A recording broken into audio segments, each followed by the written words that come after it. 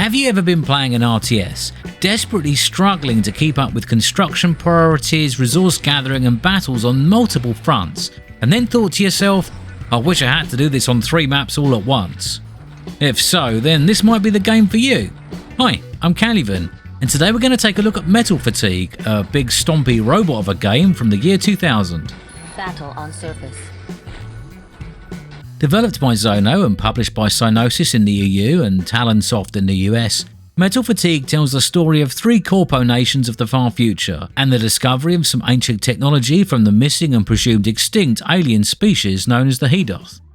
These 3 corpo nations, Rimtech, Milagro and Europa, form an uneasy alliance to better locate and research the Hedoth tech, but this soon dissolves and they find themselves locked in a battle for supremacy and survival.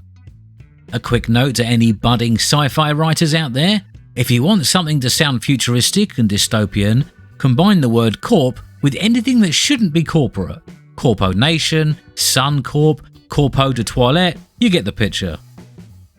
Unusually, the story is presented in the past tense, and it retells the tale of 3 brothers, who, for reasons explained in the intro, each find themselves aligned with one of the game's 3 factions. The brothers are all highly skilled ComBot pilots, which is fortunate, as ComBots are very much at the front and centre of the game. I don't really feel the need to go into great detail on exactly what a ComBot is, as I think it's a pretty self-explanatory phrase. If you're thinking of Battletech, Pacific Rim or any number of other similar sorts of things, then you're not far wrong. Young people are probably thinking of some sort of anime, but I'll give you a pass this time. A couple of you are probably thinking robot jocks just to be different. I'm going to pretend you aren't and just move on. Although the game is heavily focused on ComBots, they are a smattering of other combatants and support vehicles. On the land side, this consists of a battle tank, a missile car, an artillery piece and an exploding truck, and in the air there are fighters and bombers. These vehicles are dramatically weaker than the ComBots, but can still present a challenge in large numbers and have got their own specific uses that we'll talk about later. To handle construction, gathering and repair, there are also hover trucks and drill trucks. These don't have any combat power in themselves, but are vital for base building and expansion. You've got 2 resources to worry about: energy, sometimes referred to as metajoules, and manpower. Energy is a streaming resource, akin to the matter you might find in TA or metal in its modern equivalent Beyond All Reason. This can be gathered in 2 ways, either by parking a hover truck up to a lava pool or by building solar panels. Solar is the lesser of the 2, but it is an infinite source, whereas the lava pools have a higher yield but do deplete over time. Manpower is a bit of an odd one, as it serves as both a resource and a soft unit cap. To increase your manpower, you can build cryo facilities, and although you can go over the manpower cap, all of your production buildings slow to a crawl if you do. As well as building units, you can spend your energy and manpower on base buildings. There are a few key structures, such as the parts factory and an assembly gantry used to create and deploy ComBots, as well as factories and hangars to make the other vehicles. There's also the aforementioned cryo lab and solar panels, as well as some other useful options like the research building, some turrets, teleporters and walls. The walls actually made me smile because they're very slightly mobile. You can move them about at a snail's pace so they link up properly, and then you can build turrets on top of each of them to form towers. No clever snapping mechanic needed here, just tell the wall to shift 3 feet to the right and the gap's closed. I would really love to know if this was a feature intended from the very start, or something they added in later down the line as a quick way to solve a difficult problem. Now, anyone who takes a very quick glance at Metal Fatigue is going to presume it's some sort of Total Annihilation clone. This is understandable as there is a passing resemblance, but as far as gameplay goes, they are really nothing alike. Metal Fatigue is very much its own game, and I don't think we've really seen anything like it before or since. It arrived slap bang in the middle of the first decade of RTS games, when there was still a huge amount of innovation, trial and error, something that really shows. The first thing that really makes Metal Fatigue stand out from any other game is the fact that all the battles take place over 3 layers. The land layer, the middle of the 3, looks like your standard battlefield, but below it you'll find the underground layer and above it the suborbital layer. The underground layer consists of a series of caverns which you can reach by drilling through the rock to connect them, and the suborbital layer is made up of several flat asteroids separated by empty atmosphere. You can send units underground by constructing special elevators using your drill trucks, and you can launch units into the suborbital layer using a special teleportation building called an outpost. Each of these three layers has its very own special set of properties. Solar panels are way more effective when used in the suborbital layer, and they're totally useless underground. However, the underground layer is chock full of very rich lava patches, which are more effective than the ones you'll find on the surface layer. These layers are also positioned directly above and below each other, so it's possible to take possession of one and then use it to attack the next layer. You could dig a tunnel right under your opponent's base and borrow a load of tanks up onto the surface. Likewise, you could build an outpost on the asteroid platform above the same base and then teleport units down onto it. You can also build most structures on every single layer, so it's absolutely essential to split your focus between all three. If you don't secure the underground, your opponent will have plenty of lava to gather and will start pushing massive amounts of units up onto the surface to attack you from every angle. If you don't secure the suborbitals, your opponent will cover them with solar panels and grind you down with their vastly superior economy. I mentioned earlier that ComBots are way more powerful than the other vehicles, and this layer system is what provides some balance. Unless you equip them specially for the task, ComBots are unable to move between the various suborbital platforms. This is the same with your tanks and artillery. You can teleport them up to those asteroids, but as they can't cross the void between them, they're mostly only useful for base defense. Aircraft have free reign in the suborbital layer, just as they have on land, and they can even move between those two layers without assistance from any of the teleportation devices. The underground layer has its own limits. Those ceilings are way too low for aircraft or even ComBots. This creates a very complex and intertwined system where every single unit type is not just useful, but essential, even if it's not the most powerful option in a direct engagement. The game's AI isn't smart, but it is very industrious, and if you don't take fast, decisive and constant action to gain a solid amount of control in every one of the three layers, then you'll find yourself quickly ground down by the huge economic bonuses it is gained from the areas that you neglected. So let's talk a bit more about ComBots, as these are easily the coolest thing about the game. Each bot consists of 4 parts: torso, legs, left and right arm. These parts must be constructed separately, and once you have enough, you can deploy a completed bot. The parts you choose have a dramatic effect on the power level of the ComBot, especially if they are well suited to the types of vehicles and ComBots that your opponent is fielding. Some modules are just straight up better than others, and as such they're more expensive. Others are situational, and are far more effective when used against certain types of enemies. The arms mostly consist of weaponry, axes, swords, Gatling guns and lasers, that sort of thing, as well as a couple of defensive items like shields. Torso and leg modules are more on the behavioural side. A couple do have things like rockets, but generally these provide other bonuses like speed, line of sight or the ability to fly. The results of any individual bot-on-bot battle or a multi-bot Royal Rumble can vary greatly depending on the makeup of the individual bots involved. These actions normally start at range, but if both have melee options, then they descend into a great slugging match as each one hacks away at the other with blades and brute force. Sometimes one bot will smack the other so hard that one of its limbs will fall off, reducing its combat effectiveness dramatically. When a bot dies, it explodes. The crew will try to run away, and a number of the parts that until very recently made up that bot will scatter onto the floor. I really like the fact that you can move up with your hover trucks to pick up those parts and bring them back to your base and then use them in the construction of a new ComBot. In the single-player campaign, this is actually how you do a great deal of the in-game research, by acquiring discarded limbs and then bringing them back home to study. ComBots can actually eject their arm modules and pick up new ones on the battlefield, although not advisable in the middle of a pitched battle. The debris system is an important factor in choosing your battles. Losing a couple of ComBots deep in enemy territory is a surefire way to give your opponent free resources, and certainly not a winning strategy. It also gives you a very solid reason to keep a couple of hover trucks with your attacking force, both to repair your own ComBots and then pick up the odd surplus arm and run it back to your base. The ComBots are animated pretty well, and it's quite satisfying to watch them battle each other, especially when you see the limbs flying off left, right and centre. Some of the modules also seem to have some special interactions with each other, and you'll see them parrying blows with swords, blocking attacks with shields, or making disabling attacks with some sort of power claw. While we're talking about features, I also think it's worth highlighting the pre-build section of the battle, a feature that I can't really remember seeing in any previous real-time strategy game. Instead of being given a small predetermined set of units and buildings when the mission or skirmish begins, you're given a number of resources to spend and a small corner of the map to operate in. During this phase, normally lasting a couple of minutes, build times are greatly increased to almost instant so you can design your initial forces for the task at hand. You might want a lot of buildings and harvesters to jumpstart your economy, or you might want a lot of combat power for some early attacks. It's a choice the game leaves up to you, and that's the sort of choice that I can get behind.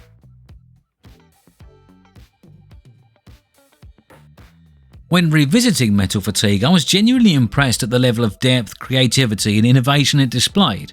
I first bought the game on release and still have my original install media, but somehow I had pretty much forgotten everything about it. I was really surprised at how few cues it took from other games in the genre and how much content it packed in. As well as the skirmish and multiplayer support, it includes 3 whole single-player campaigns, one for each faction. Every mission includes a fully voiced briefing, and there is a persistent system advancement for your ComBot pilots, vehicles and structures as you progress. As you can see, it's fully rendered in real-time 3D, something that was quite advanced for the time, with most other entries in the genre still relying on a fixed viewing angle and pre-rendered assets. As well as everything you can see and interact with, there is a huge amount of detail under the hood. This is actually one of the game's problems. There is a lot hidden away from the player, too much in fact. Every single ComBot component has a different amount of hit points as well as a different amount of energy and kinetic damage resistance and damage, but they are only presented in tiny text in the bottom left of the screen, which makes it very hard to notice and fully appreciate. There is no visual summary of power for quick identification, and no indication on how the special effects of certain parts work. Also, health is confusingly called damage, obfuscating things even further. The manual explains that the solar panels are better when built on the suborbital layer, but gives no indication on how much of an improvement that actually represents. I found an old strategy guide from 2001 that states that the suborbital solar panels are 9 times more effective, and they have a 30% bonus if built within a defensive grid. But that information is totally absent from the game engine or the documentation that's provided with it, as well as a clear indication of what a defensive grid actually is. There is loads of other potentially useful information that is totally absent. Weapon ranges, movement speeds, stuff that you would really expect to find on a tooltip somewhere. There is no dedicated tutorial, and although the first campaign does make some attempt to explain a few of the basics, it does a pretty poor job. I got really frustrated about the third mission in, wondering how my enemy was producing so much stuff even though I controlled 90% of the map, only to discover much later that the suborbital layer was actually enabled for the first time on this mission, and my opponent had covered the whole thing in solar panels. This lack of a proper tutorial, the undeveloped UI, and the extremely limited number of music tracks really got my Caliban senses tingling, and I wondered if this game was perhaps finished in a rush and released in a hurry. So I went and did a bit of digging and found a few interesting things that could suggest that as a possibility.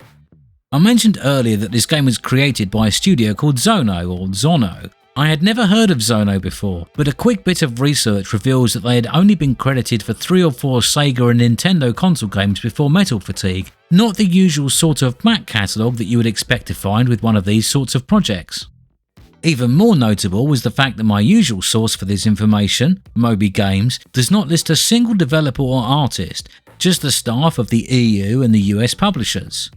Thankfully, I own the original game manual. However, this too only lists details for the publishers, and the only reference to Zono is a single tiny logo on the top left of the back cover. This is really strange, and if everything went to plan, I can't think of a single good reason not to credit the studio or the production staff in the manual. I didn't manage to find any concrete information to confirm any of my suspicions, but if I had to make a wild guess, I would say that this does have some of the hallmarks of a very ambitious project that suffered from some degree of overrun and had to be wrestled away from the studio and released by the publisher. The game itself does have a credits button, which loads up a lovely bit of in-game battle with the production staff listed as part of the floor texture on the map. That's not a video, but actually rendered in the game engine in real time, and you can move your mouse over the units and watch your cursor change. Certainly an unusual approach, perhaps one that the publishers couldn't easily figure out how to edit. Pure speculation I know, but it's interesting nevertheless. I have decided to submit an update to Moby Games based on this video, so hopefully the production staff will now be properly credited for their work. Apparently my submission is now in a queue, and it will be looked at any time between 1 day and 1 year. Very helpful. Now that's out of the way, I think the key problem with Metal Fatigue, and the reason it was only ever regarded as average by most, is just that it's really difficult to actually enjoy it. It's hard to be comfortable with a real-time strategy game at the best of times. There's just so much going on. To do well, you've got to keep a lot of plates spinning in the air at once, and taking your eye off the ball, even for a few seconds, can spell certain doom. Decent single-player RTS games manage this by mixing in periods of relative peace and quiet between intensive bursts of action, so you can still take your time to enjoy the experience and not finish a mission with a pounding headache.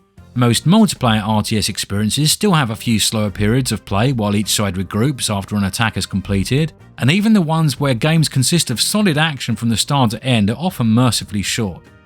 But with 3 different but equally important layers to manage, your attention is split far too many ways, and I think the game is just asking too much of general strategy audiences. When you focus on everything, you focus on nothing, and as such you feel like you're failing in 3 places rather than succeeding in 1. Because you're essentially managing 3 battles, and it's impossible to laser focus on a single objective, the missions tend to take a long time to complete. This magnifies the problem to a mostly unmanageable and often unenjoyable level. Now, I know there'll be a small cadre of challenge-hungry players that love this level of intensity, but there's not enough of them to make a game like this a big success. I'm not saying that this sort of idea can never work, but it's going to be a tall order, and Metal Fatigue doesn't include the sorts of quality of life features you would need to make things a little more manageable. I'll give you a little example. You can press a button to view all 3 minimaps at once, but if you are in that mode, the production or ComBot action panel is hidden, so it's something you can only really flick on quickly rather than a mode you can use constantly. There is another problem that may have limited the potential success of Metal Fatigue, and that's that it was released about a year or so too late. Things were moving very fast for the RTS scene in the late 90s and the early 2000s, and I get the feeling that if it had hit the shelves at the very start of 99, it would have had a far bigger impact. By the time the year 2000 rolled around, Tiberium Sun, Age of Empires 2, Homeworld and Brood War had all arrived. 4 impressive titles that not only raised the bar but also solidified a lot of the partially established ideas on what a real-time strategy game should look like. From a modern perspective, Metal Fatigue doesn't hold up too well. As with many of the early fully 3D games, it is visually aged pretty poorly, both in terms of fidelity and texture. The interface is clearly only designed for 640 by 480 or perhaps 800 by 600 at push, and as such all of the menu and mission screens are really blocky and difficult to look at. As already hinted at, the in-game UI leaves a lot to be desired, and it's hard to figure out exactly what everything does or means without outside instruction. It's still quite playable, but you're always aware that it's a very old game. This might sound like an odd comment, but it does make me think back to my revisit of Rise of Nations a few months ago, which despite its age had held up remarkably well. If you do have fond memories of Metal Fatigue and want a trip down nostalgia lane, then you can normally pick it up on GOG.com for a couple of bucks, but I'm not really sure that I would recommend it to anyone outside of that particular context. I think it's probably fair to call Metal Fatigue an above average game. It's certainly not a bad game, it's got far too many good things going for it to be labelled as such, and it's far too innovative and interesting to write it off as average, but I don't think it's a great game. The core concept has some inherent flaws that aren't helped by the lackluster implementation of the UI and the absence of some vital tools and information. At the best of times it's quite a bit of fun, but at the worst of times all of the problems stack up in such a way that it's impossible to have a truly enjoyable experience. Now, generally I'm not that interested in modern remakes of old games. The occasional remaster can be a good idea, like the Command & Conquer and Homeworld ones were excellent, but in many cases the result is often pointless or disappointing. In the case of Metal Fatigue, I think there might actually be some decent reasons for someone to attempt such a project. There are some really interesting mechanics here, and some real potential in terms of creating a different gameplay experience. Big, customizable robots fighting each other is always easy to love, but the whole mix of unit types and their use on different layers is a really interesting concept. I think you would need to put a lot of careful thought into how it is implemented. If you're not careful, you'll end up with another planetary annihilation style problem where you're fighting too many battles at once. But with good design concepts and the right set of quality of life tools, it might just work. There could also be a lot of co-op or team play potential. 3 layers might be too much for a single person to manage. But what if you each had one to worry about? 3 players taking part in the same multifaceted battle, able to wage war in their own area and also provide support to the player above or below them against an enemy team doing the same? Now, that's a game that I would play.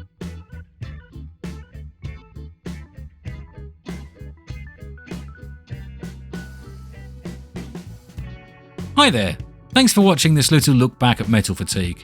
If you enjoyed this video, then click the like button, and please share your experiences with this game in a comment or on the Discord. And as usual, if you want more of this sort of thing, then subscribe to my channel, and I hope to see you back soon.